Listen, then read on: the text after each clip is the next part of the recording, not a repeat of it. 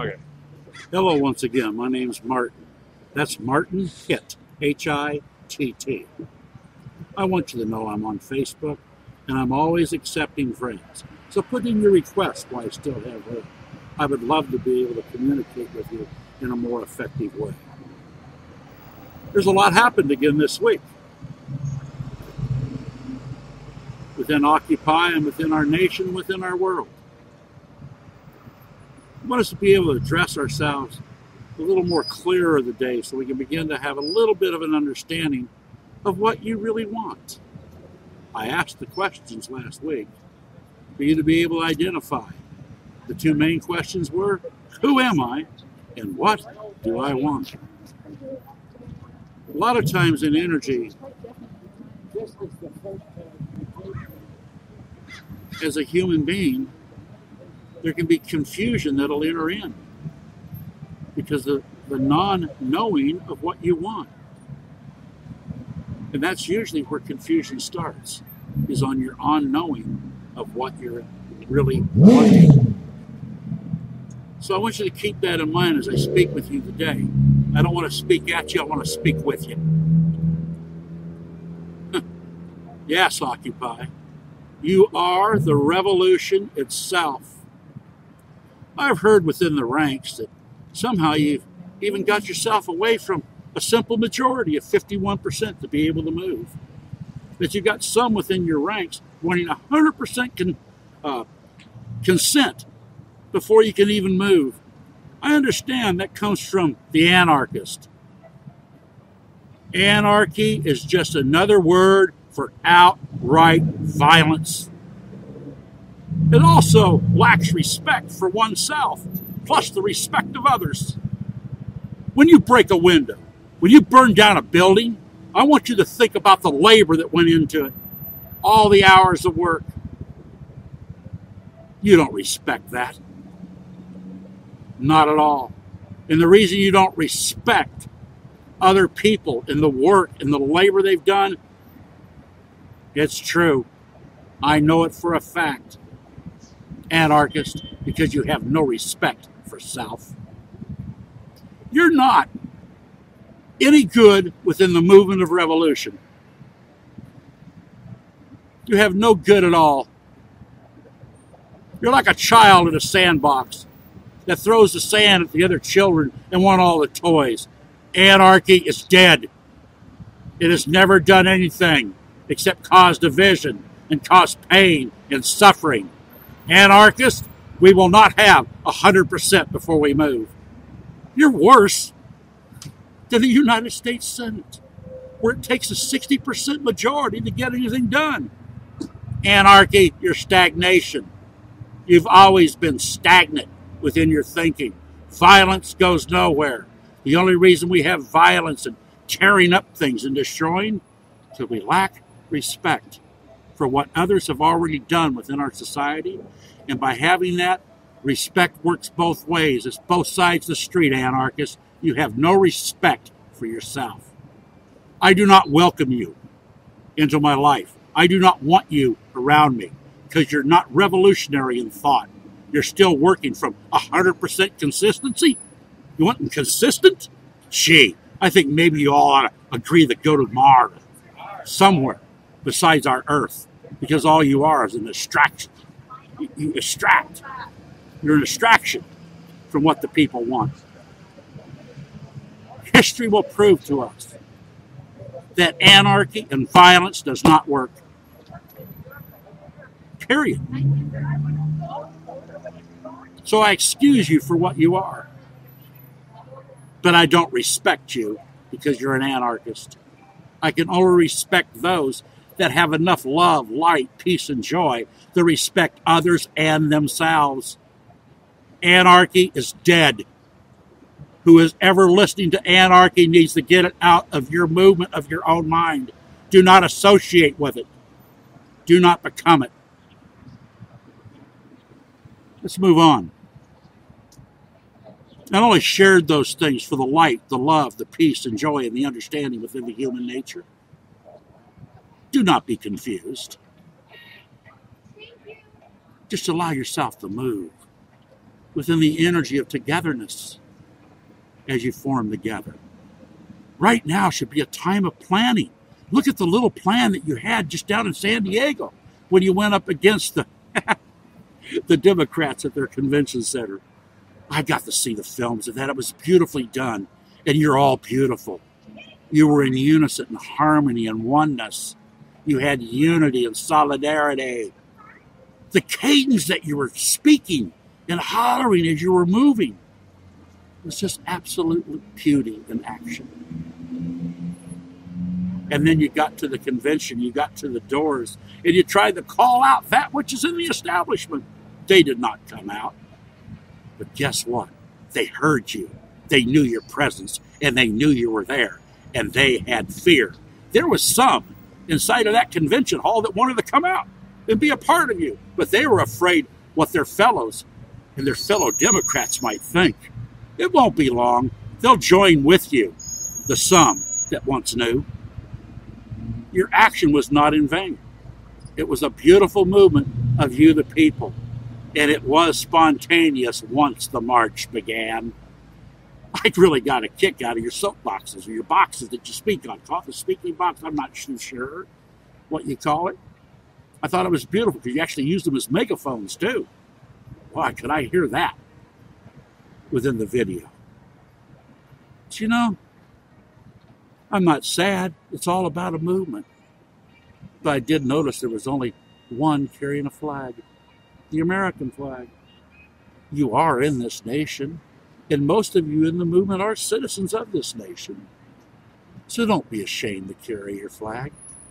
It's okay. You might even want to paint your boxes red, white, and blue. Yes, it's okay to be proud of the country and the fellow citizens within it as you go through dynamic change through revolution. In the other part of the world, which I'm also speaking to, as you have your own occupations and what you're going through, feel free to carry your flag. And someday, as we together change our world, we'll have world citizenry where we'll pick new colors for a flag of world citizenship. That's a ways off, though. It takes time to be able to have that moving amongst the people. But the thought is out there. It's been well spoken.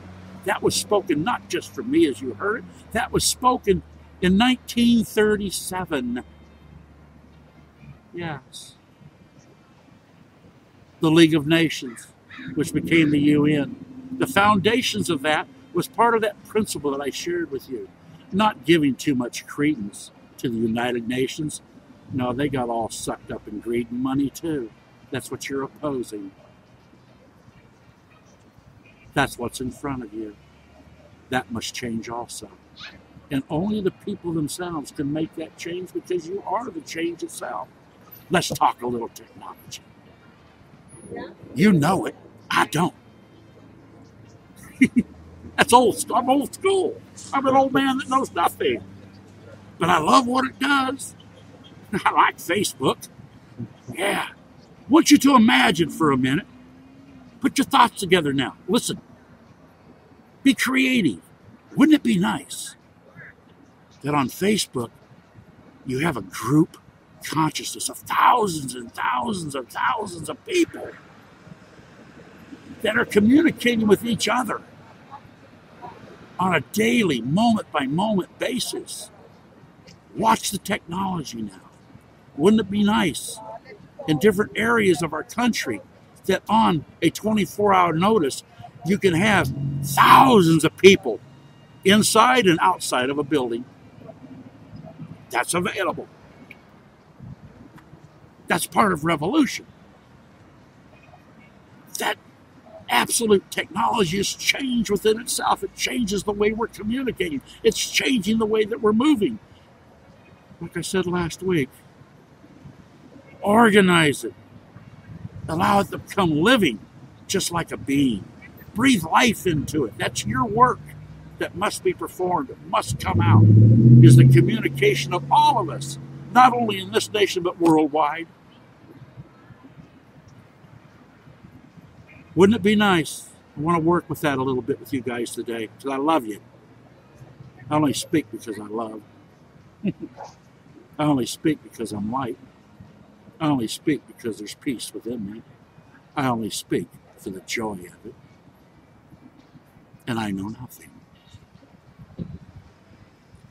Wouldn't it be nice that you occupy, the citizens themselves within this country, in mass movement, begin to occupy the public buildings? What I mean by occupying the public buildings, flip in your memory. You know this was all on your national news. Boop, boop. Back to reality from, remember Wisconsin? And remember what those workers and citizens did in Wisconsin when they actually went inside and seized the state capitol? That's to occupy. Make that an example as you begin to move forward. All public buildings are our buildings. We will respect them. We will not burn them down. We will not throw books through it, anarchists, because we respect what it took to build them. It's an extension of life itself. But you do have the value, you do have the power within the people, we the people, by the people, for the people, to occupy it and to seize the inside of that. You sure do. And you won't harm it because you respect the building, because it's the labor of the people themselves. Watch now. Can you just imagine, wouldn't it be nice if you could just imagine and allow it to become real? That because of the technology that you organized, I say by the 4th of July this year, we're going to have one great big celebration. We're going to occupy Washington, D.C. by tens of millions of people. That's available. The only thing that stops you is doubt, worry, and fear, and what other people would think. We're not upon the approval of what other people think. We're upon the movement of energy for effective change. Just watch now. Wouldn't it be nice? We go back to the head of the snake. That's where you began. The stock market. I realize the stock market is some kind of public and private all hooked up. Wouldn't it be nice if you actually occupied the exchange by seizing it? That'd be fun. How about the Federal Reserve getting that building? What the heck? How about the Supreme Court? Yeah. Have you ever thought how crazy it is that you pick 9 people, you're picking 9 people that's picked through the president, ratified through the Senate, and they got a lifetime term? No wonder thinking's gotten crazy. They get appointed for life? Change is coming. Constitutional change will happen with you, the people. Let's go a little deeper. I was sharing with you in the last few segments about occupying the ballot box by not voting. Let's get back with that. Let's occupy the head of the snake there. We know where the corruption is. It's within the money itself. So the people that are donating these big monies is public information. You guys have the ability to be able to look up where they live, what kind of business they're in.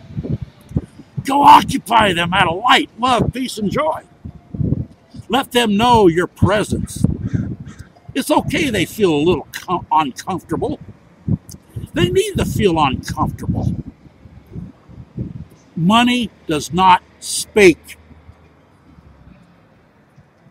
The Bill of Rights was written to us, the human being, not to money. I dare you to lay out dead presidents today and see if they speak. They don't speak. Try it. Lay out your money. Get a visualization within your real world. Your little $20 bill, I've never heard it say a thing. It does not talk. It has no speech. Your Bill of Rights was not written to money. It was written to individuals. You wouldn't even have a constitution until the Bill of Rights came along to give you some rights so your government wouldn't get out of control. Hey, did you hear that? Took 16, 17 years. Been a little while since I looked at that history before they could ratify the Constitution. They were waiting on the Bill of Rights. Thank you, Jefferson.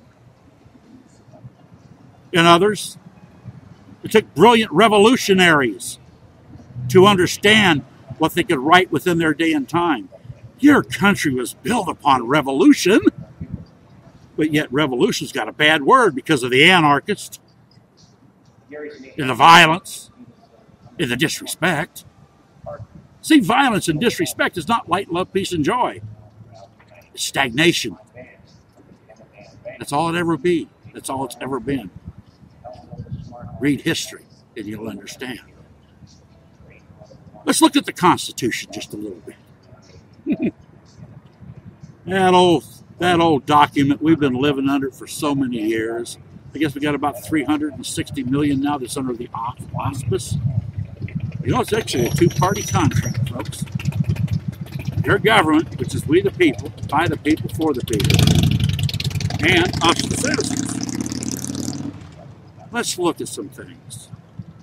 Life, liberty, and the pursuit of happiness.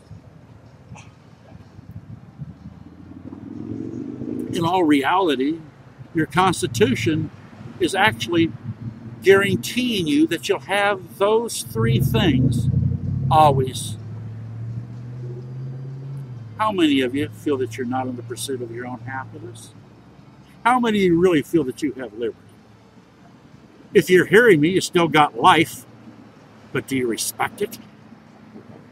Something to think about.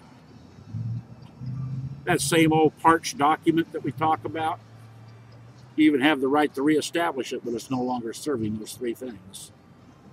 Sure do. That's what revolution does. You got to remember it was written by revolutionaries. It wasn't written by the Queen of England. Did it get through to you now? Those were beautiful young minds. A lot of them were under the age of 23. Some were as old as 17. That signed their names to the Declaration of Independence. You're an Elaborate. Wasn't talking about money. It was talking about you, a living human being. I can understand where the corruption has come from. Create the vision on how you will rid yourself of that which is corrupted. Not only your society, but you in general. Yes, you, every one of you is a part of that corruption. From rich to the bottom, my friends, is all part of that lousy, corrupt money. Greed, whoredom. You know, it simply amazed me as an old man. I've watched this stuff go on and on and on. Used to be a whole lot more active than what I am.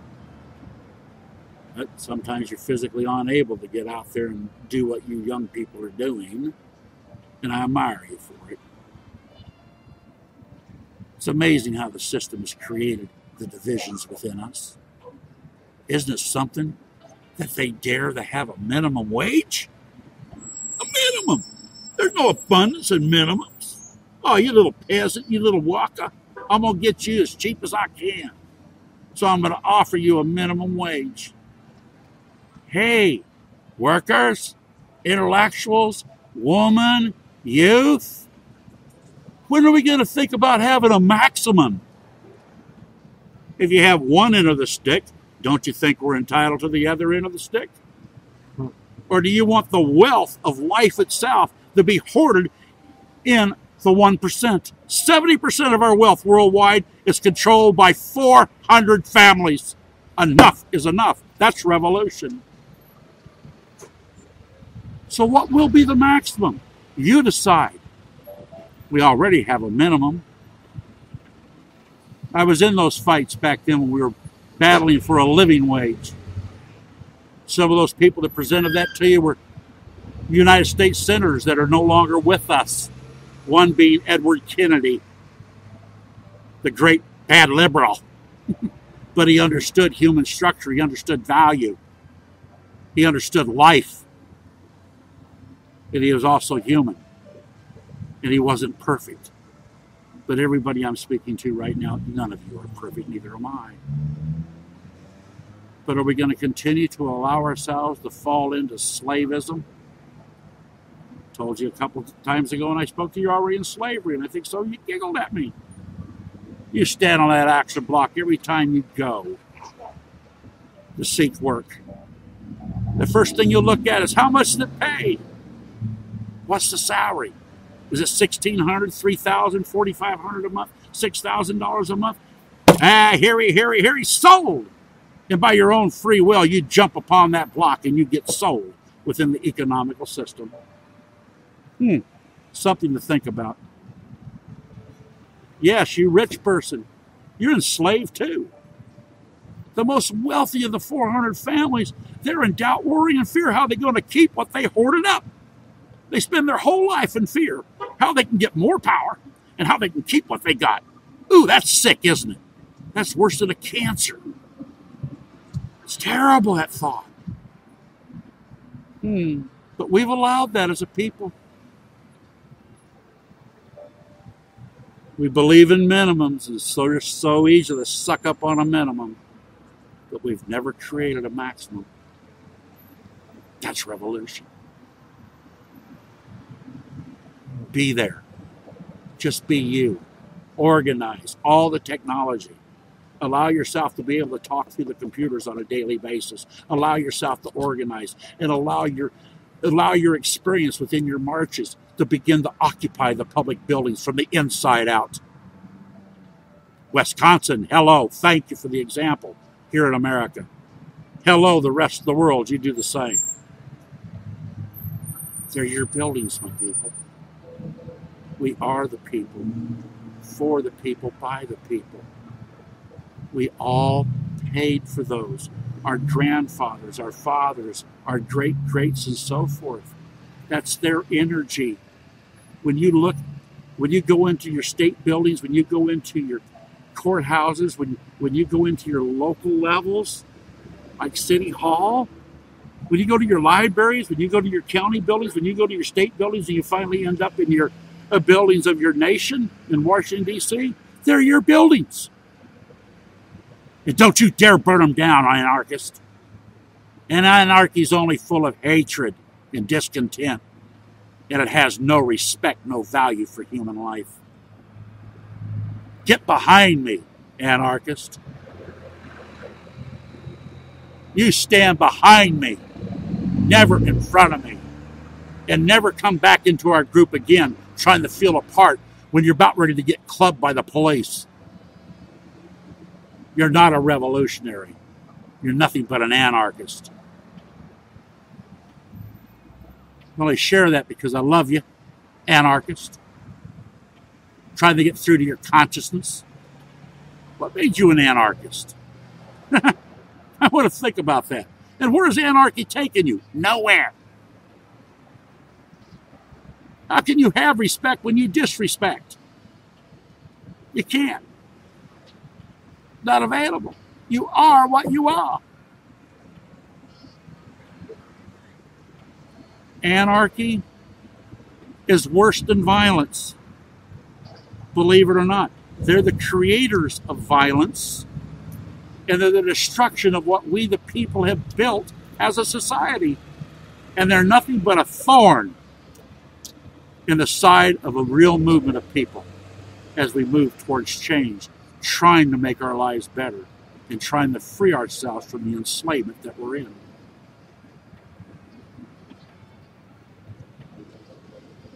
I hope you fully understand my little message today, coming from one human being. When I speak to you, I also speak to myself. What are your dreams, folks? What do you want? What is your best design moving forward in your own human consciousness as a society? What would you like to see changed? What kind of society do you want to see yourself living in? Do you want it to be anew and fresh? Or do you want to model yourself after something you already dislike? Hello, revolutionary. Where's your creative thought? Where's your vision? What do you want to make new inside of you? As you make it new inside of you, it will become your reality. There's an old book, old religious book, says my people are destroyed for the lack of a vision. What is your vision, you wonderful, beautiful, breathing human? What does freedom really mean to you? What does liberty mean to you? What's life mean to you? And what's the pursuit of happiness truly mean to you? You can have a revolution just reestablishing those things as a normal reality amongst your citizenship, because you don't have that right now. Be not deceived. Your society and your reality, you are part of it. The blame game is over. We're so responsible to each other for what we've gathered as a society. So don't beat down the other thinking you're going to gain. Be responsible, co-responsible, all of us, for what we co-created up to this point in time. That has led us to the idea that we need change and we're no longer going to stomach what's in front of us. And you've identified it correctly on your very first beingness when you were in, you got it, New York. When you're running down that street, you had a hold of the head of the snake, and you changed the conversations in this country. You changed the conversations of the world. Don't get off track. You're right on message, folks.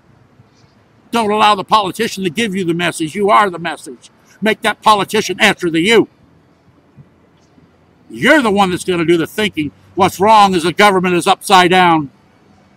When you wave the flag in the street, turn it upside down so everybody can get the message, so they can begin to understand. The leaders need to be thinking what you want, not what they want you to be.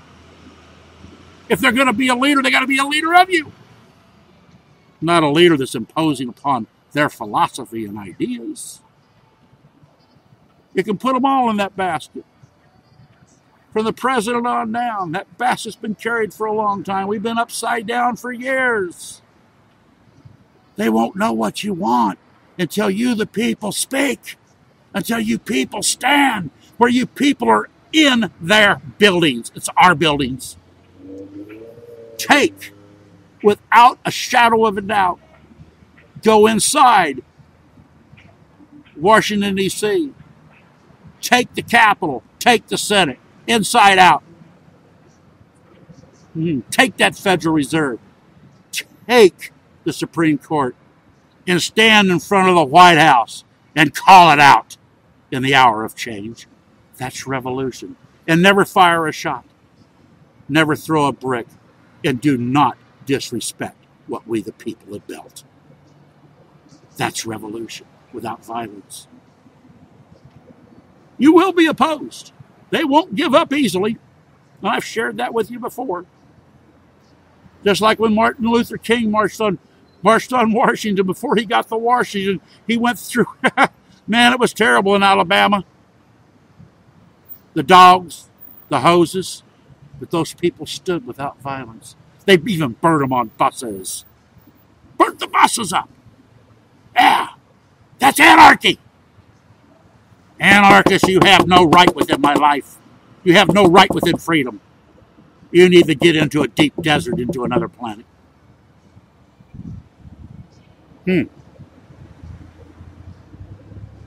Hope I made my point on this 100% before you can move.